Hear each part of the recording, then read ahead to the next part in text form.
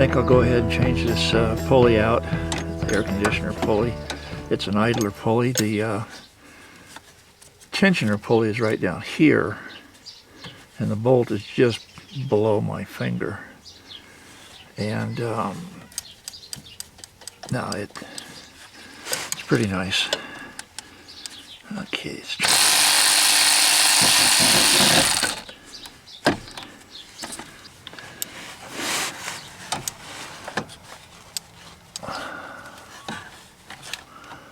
Don't want to spend all day on this. Okay.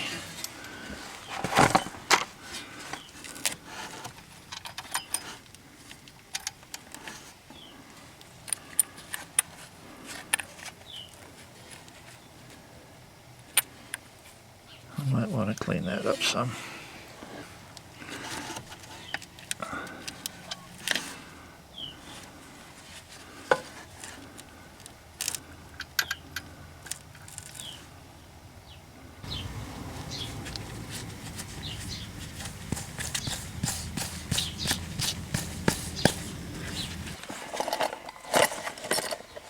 Here's the new pulley, replacement pulley that I'm going to put on. And it comes with new bolt and washers. There's the new pulley. So I won't have to use the old bolt or clean up these old washers. That's kind of nice. All right. New washer, old washer.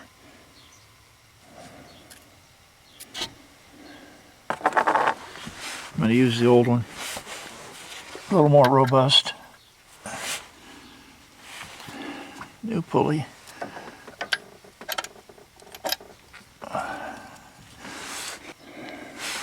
I'll use the new washer on the front. Okay, the sticker on the front says made in Canada. 15mm socket and 37 foot-pounds of torque. When we get there. There we go.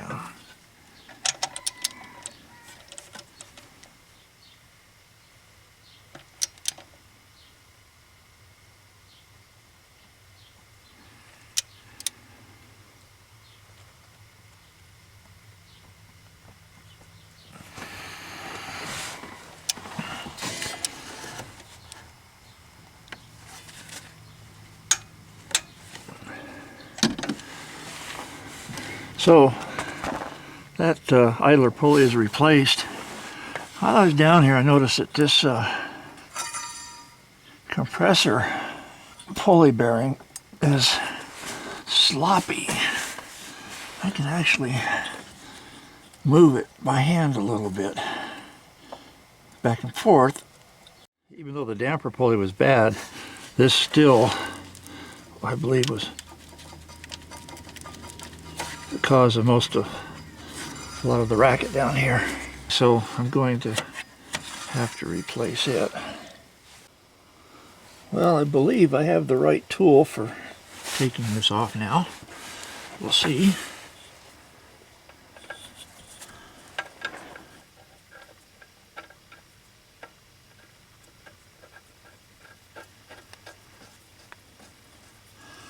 Rust on those threads sure don't facilitate an easy insertion of that. Okay, I've got that piece screwed in fairly deep, and I think I may have bottomed it out. You want as many threads on it as you can get. Depends on how hard this thing wants to pull loose.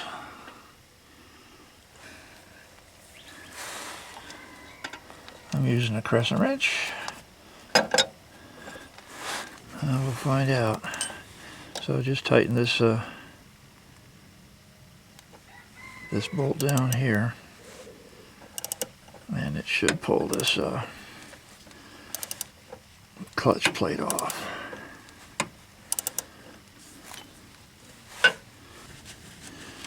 Okay, just keep cranking on this till it breaks free.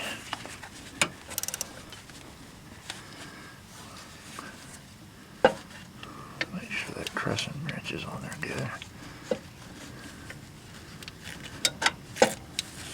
Okay.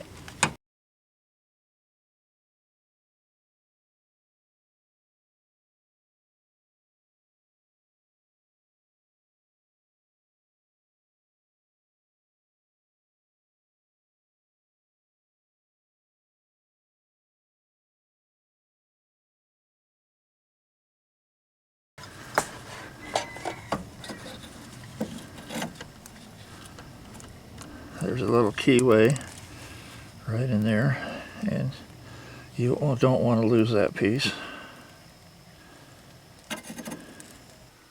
What a mess that looks like, huh? But anyway, as you can see, there's a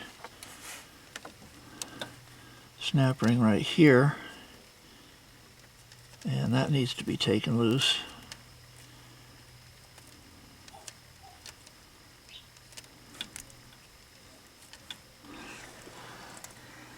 And then this piece here needs to come off.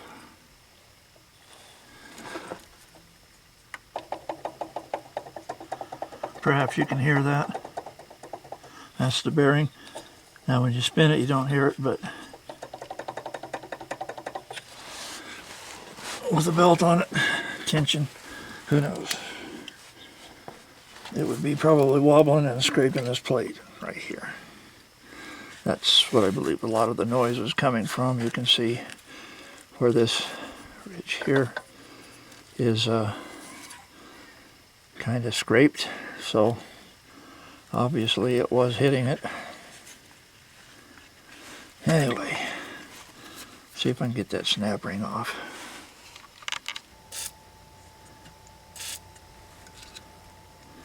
Well, let's see if I can get that ring off of there.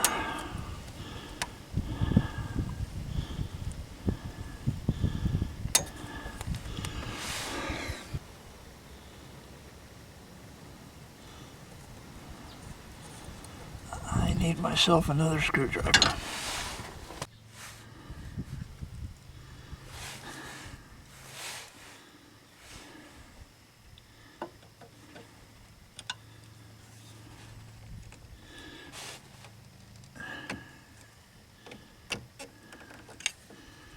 There, she's loosening it up now.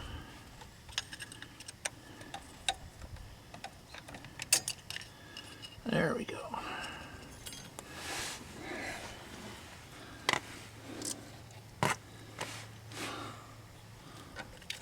All right. One snap ring. It is beveled on one side. Okay, there's the snap ring. The bevel's on this side. It goes on just like that. Need to get this off of here. And after trying some pullers on this pulley here, I decided to go ahead and buy a specialty tool to make the job easier. The pullers just kept falling off. So anyway, sometimes the right tool helps. There is supposed to be a little piece that goes in the center of that, and I'm going to keep an eye on it, see if this will work without it. And if not, I'll get it. But this this tool just fits in the slots on the pulley, and some other like that, and I need to turn it a little bit to get them to catch. I don't know how much pressure I'm going to have to put on this to take this off, so I'll start off with a wrench, socket wrench.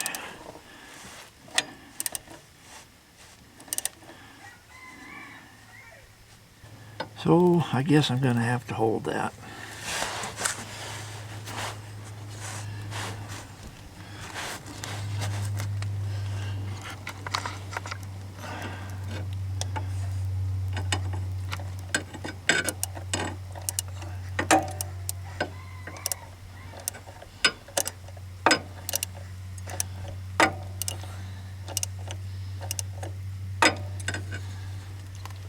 getting a little popping noise. Not sure what that's all about.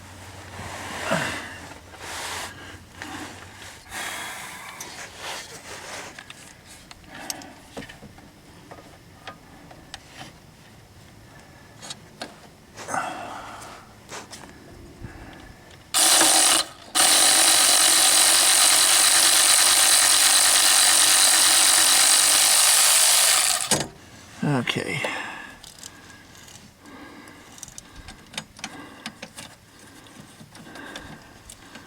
This pulley is off. I just got to get it out of here. And then I'm going to take the bearing out of it.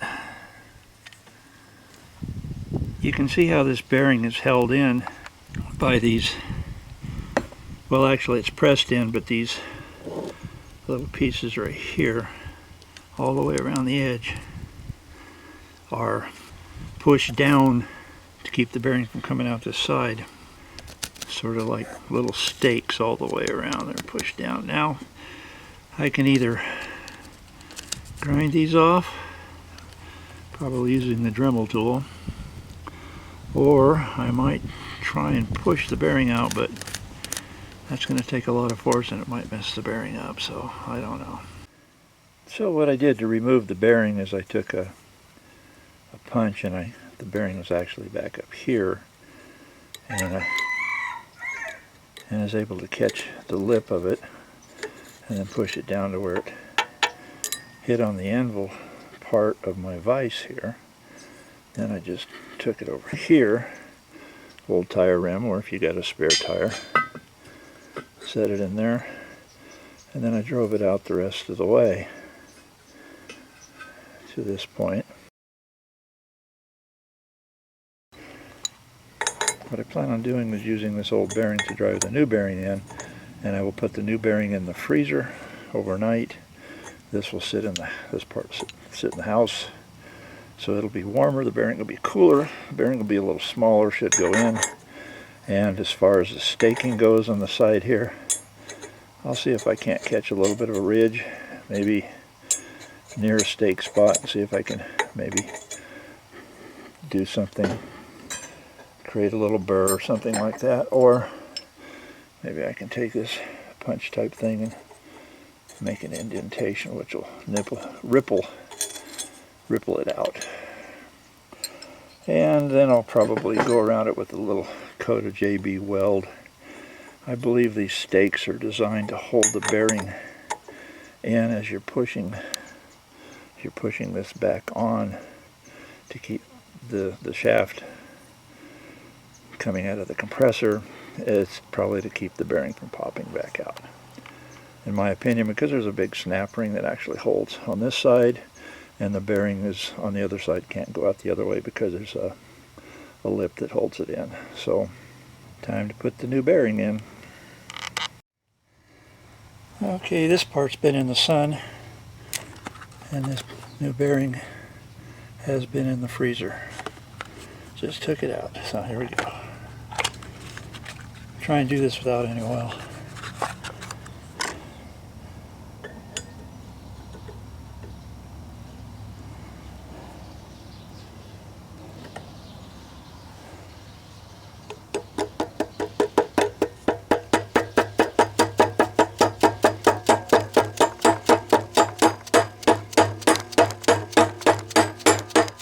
Okay, put a little oil on the back side. Hey, she's pretty tough going in. And I got a plate here to support this piece right here, that plate.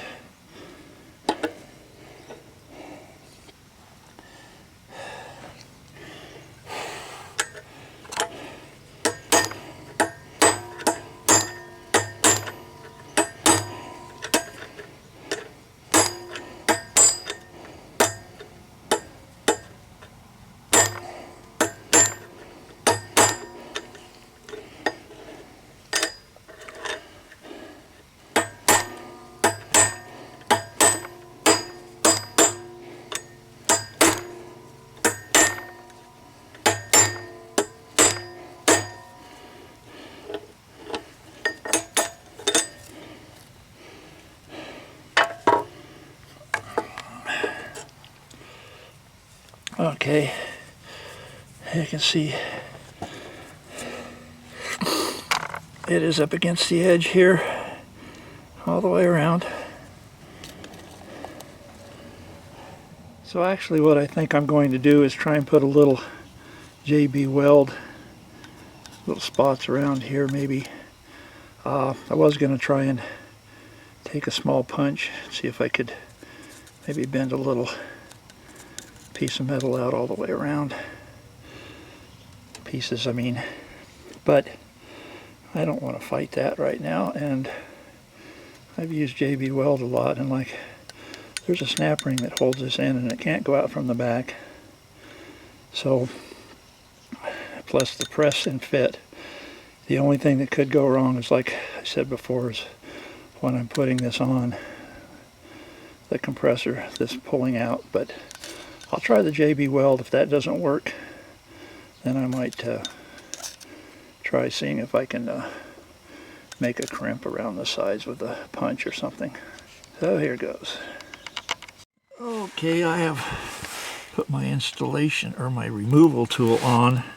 And this here is the installation tool for the clutch plate, and I have removed the shaft out of this piece right here, which allows this to go in and catch the threads on the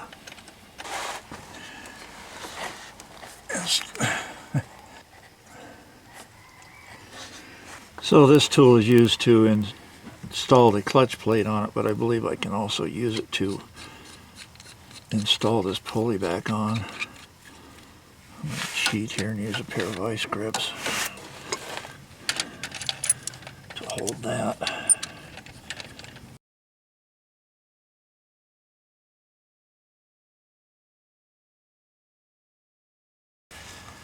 Now the crescent wrench. It seems fairly easy,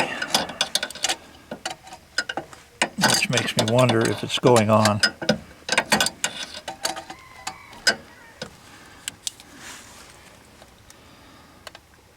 And I believe it is. Okay, got a ways to go.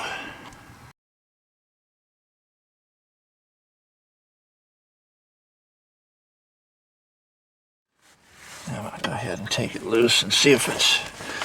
The whole idea is to be able to put that snap ring in.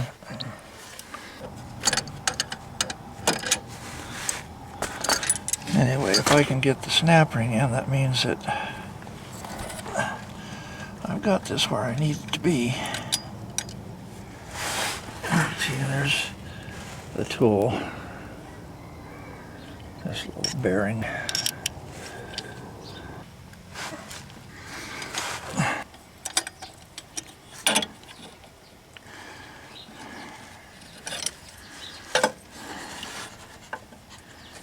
I think I'm going to have to go some more. That snap ring is not going to go in there right there. Okay. I got to put it back together and tighten her down some more. Vice grips were fine for a while, but I can see better with the box end wrench. So I switched over to it to do some final tightening. Okay, well I got it on there, got it a little too tight, had to pull it back out. Finally was able to get the snap ring on. What a pain. It's still a little tight, but that might be because I had to tap on it to get the ring to seat, the snap ring I mean. My bearing may have moved a little bit, I don't know. In any case, I won't do a job like this again. I will, if I have a noisy AC compressor bearing, I will just replace the AC compressor. And that's another thing, my light keeps falling down on me. So, I'm going to go ahead and put the clutch piece back on. Okay, time to put the clutch plate on. Just got to make sure you line up the keyway. I have the keyway already in there. I mean the the key, I guess, that goes in the keyway. And it looks to me like it's on the top. I'll have to clean this off later because I got a bunch of lubricant on it. Let me make sure. Yeah. So.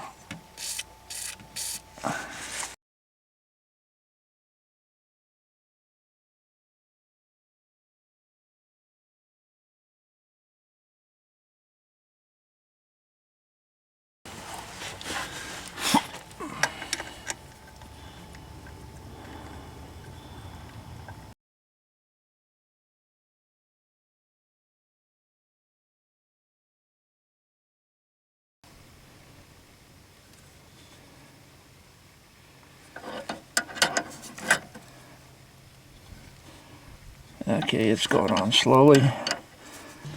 Okay, I'll put a 40mm gauge on, or into it when I get it pulled up a little bit more, and it goes between the clutch plate and the other part of the clutch, and you adjust the gap according to that 40mm, or 0.015 inches according to the shop manual.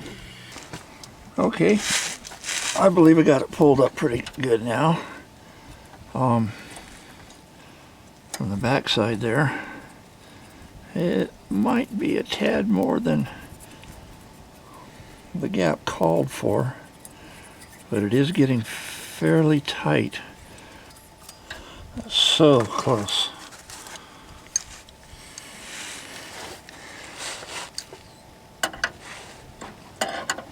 Like I said, it's getting pretty tight now. Every little bit.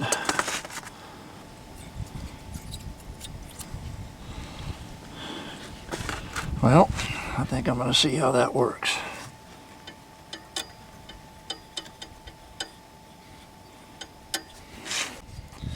Okay, what I need to do now is take everything loose, and I'll put the belt on after I get the steering rack in. What needs to be done is the steering rack put in, and mufflers and everything hooked back up.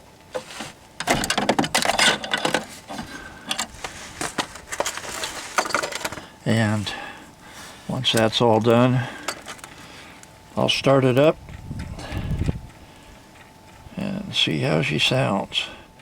So this is Cars, Trucks, and Detours, aka Steve AZ, coming to you from underneath the C5 Corvette, saying bye for now.